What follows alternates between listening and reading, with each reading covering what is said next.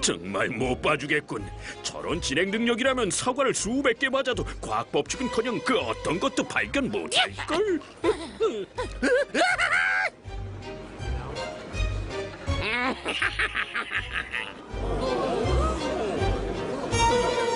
이러지 말고 건너편 극장으로 갑시다, 여러분.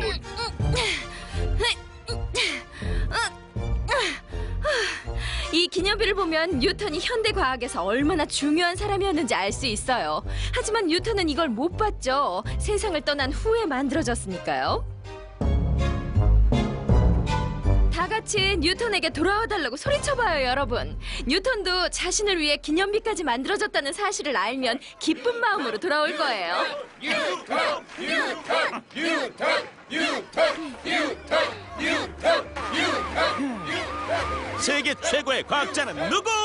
세계 최고의 과학자는 당신이 누구? 최고의 과학자예요, 아이작 뉴턴 경. 세계 최고의 과학자는 누구? 다시 한번 세계 최고의 과학자는 누구? 그렇지, 한 번 더. 세계 최고의 과학자는 누구? 당신이 최고예요. 유명 시인이었던 알렉산더 포프는 뉴턴에게 이런 시를 바치기도 했답니다. 자연과 자연의 법칙은 어둠 속에 숨어 있었네. 신이 이르시되 뉴턴이 있으라 하시니 비로소 모든 것이 밝아졌더라. 뉴턴경, 부디 이쪽으로 오셔서 우리 쇼에도 빛을 밝혀주시기 바랍니다. 그리고 베티, 그 책도 좀 소개해 주실래요? 뉴턴의 조각상에 있는 책 말이에요. 물론이죠. 자연 철학의 수학적 원리라는 책이에요. 1687년에 출간된 책이고 사람들은 이 책을 프린키피아라고 불렀죠. 맞아요. 바로 그 책이 복잡한 우주의 신비를 이해하는 데 도움을 준 책이지요. 네, 바로 그겁니다. 내가 바로 그런 책을 썼지요. 난 물리학의 불을 밝혔어요. 지식의 날개를 달아줬고 어둠 속에 가려져 캄캄했던 과학의 세계를 빛의 세계로 인도했어요. 프린키피아는 운동과 힘에 대한 모든 것이 담긴 책입니다. 운동의 법칙들은 우주의 모든 물체에 적용되지요. 먼지 알갱이에도, 배에도, 또 행성에도. 그렇다면 생명체에는요? 사자나 호랑이, 사람처럼요. 우주의 모든 물체에 적용된다고 했잖니, 꼬마야. 살아있든 그렇지 않든 전혀 상관없어. 어떤 물체에도 예외란 없단다.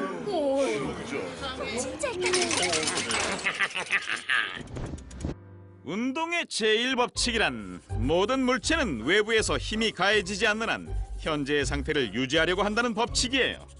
정지해 있든 움직이고 있든 말이에요. 우주로 간 용감한 사람이 있다고 가정해봅시다. 그런 사람을 뭐라고 하죠, 베티? 우주 비행사요? 고마워요.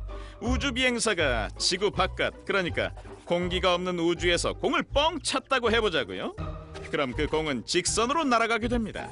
속도가 빨라지거나 느려지는 일 없이 공을 찬 순간의 속도로 멈추지 않고 영원히 날아가게 되지요.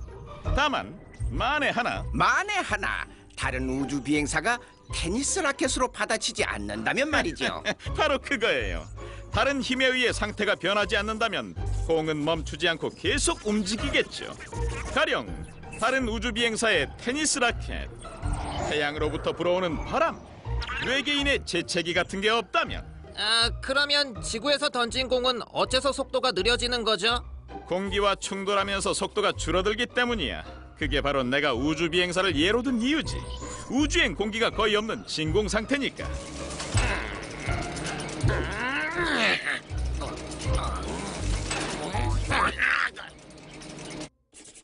두 번째, 운동의 제2법칙은 이런 거예요. 운동의 속도는 외부에서 작용하는 힘에 따라 변하게 된다는 거죠.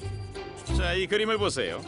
힘의 크기가 크면 카트의 속도도 빨라질 거고, 힘의 크기가 작으면 카트가 거의 움직이지 않겠죠.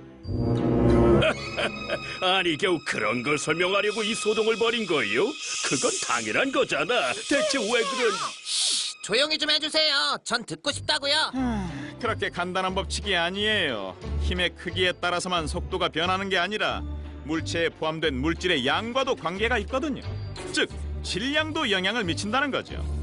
물건을 가득 실은 카트는 질량이 크기 때문에 천천히 움직이게 되죠. 가속도도 훨씬 더 느려질 거고요. 운동의 제3법칙은 작용과 반작용의 법칙으로 알려져 있어요. 물체에 힘을 가하면 그 물체 역시 같은 크기의 힘을 반대 방향으로 가한다는 법칙이에요. 다시 말해, 힘을 가하는 물체는 그와 같은 크기의 힘을 반대 방향으로 받는다는 거죠. 예를 좀 들어주세요. 예를 들면 개구리는 다리로 지면을 아래로 밀면서 뛰어올라요. 이때 땅이 같은 크기의 힘을 반대 방향, 즉 위쪽으로 주기 때문에 점프가 가능해지는 거죠.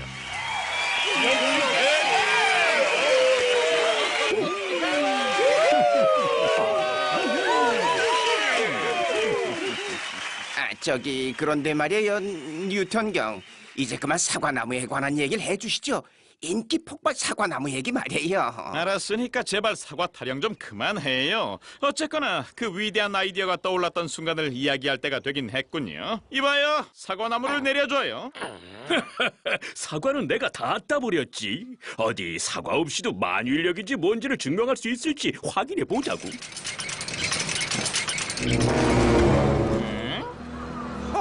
이럴 수가. 사과가 하나도 없잖아. 이제 어떡하죠? 어머, 사과가 없잖아. 걱정할 거 없어요. 애초에 사과를 머리에 맞은 적은 없었으니까.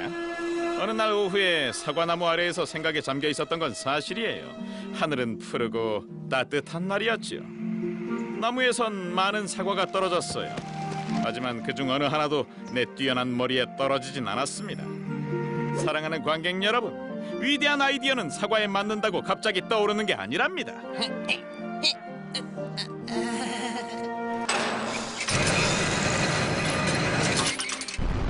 뉴턴경, 사과를 가져왔어요. 이게 도움이 될까요? 신사숙녀 여러분, 이제 어떻게 위대한 힘이 우주 전체를 결합시켜주고 있는지 설명할 때가 왔군요. 이 기계의 가장 중요한 부품을 보여드리죠. 지금부터 경험해봅시다. 놀라운 만유인력의 힘을.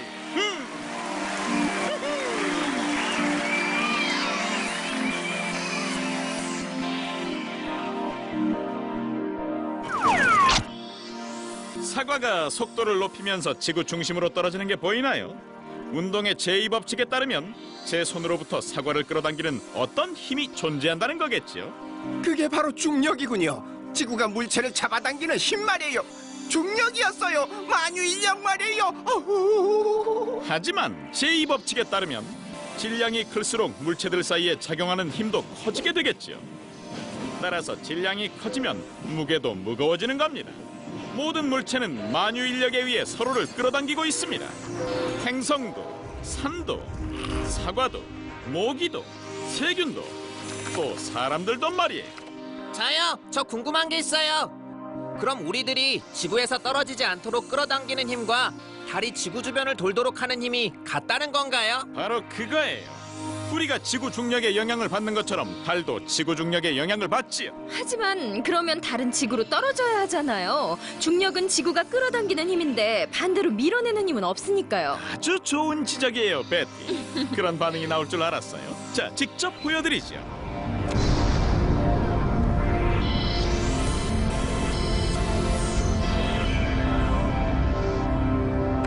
오, 미나우젠! 이건 계획에 없던 일인데요. 어떻게 된 겁니까? 뭘 하시려는 거예요? 뭐 하는 거냐고요? 겁먹지 말아요. 직접 보여주려는 것뿐이니까. 지구가 멀어지는 모습 다들 보이죠? 지구에서 멀어질수록 중력은 점점 더 약해집니다. 그래서 우리의 몸도 가벼워지는 거죠. 놀랍네요.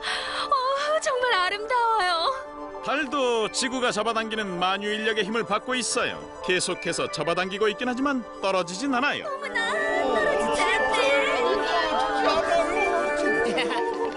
참 다행한 일이네요.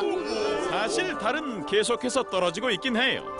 하지만 지구 주위의 궤도를 돌고 있기 때문에 표면까지 떨어지진 않아요.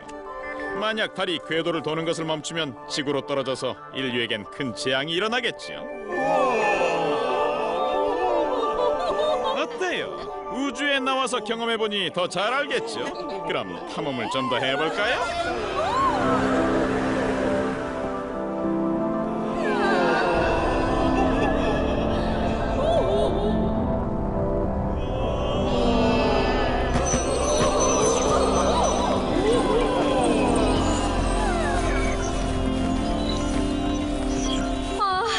이런 신기한 경험은 처음이에요. 정말 황홀하네요.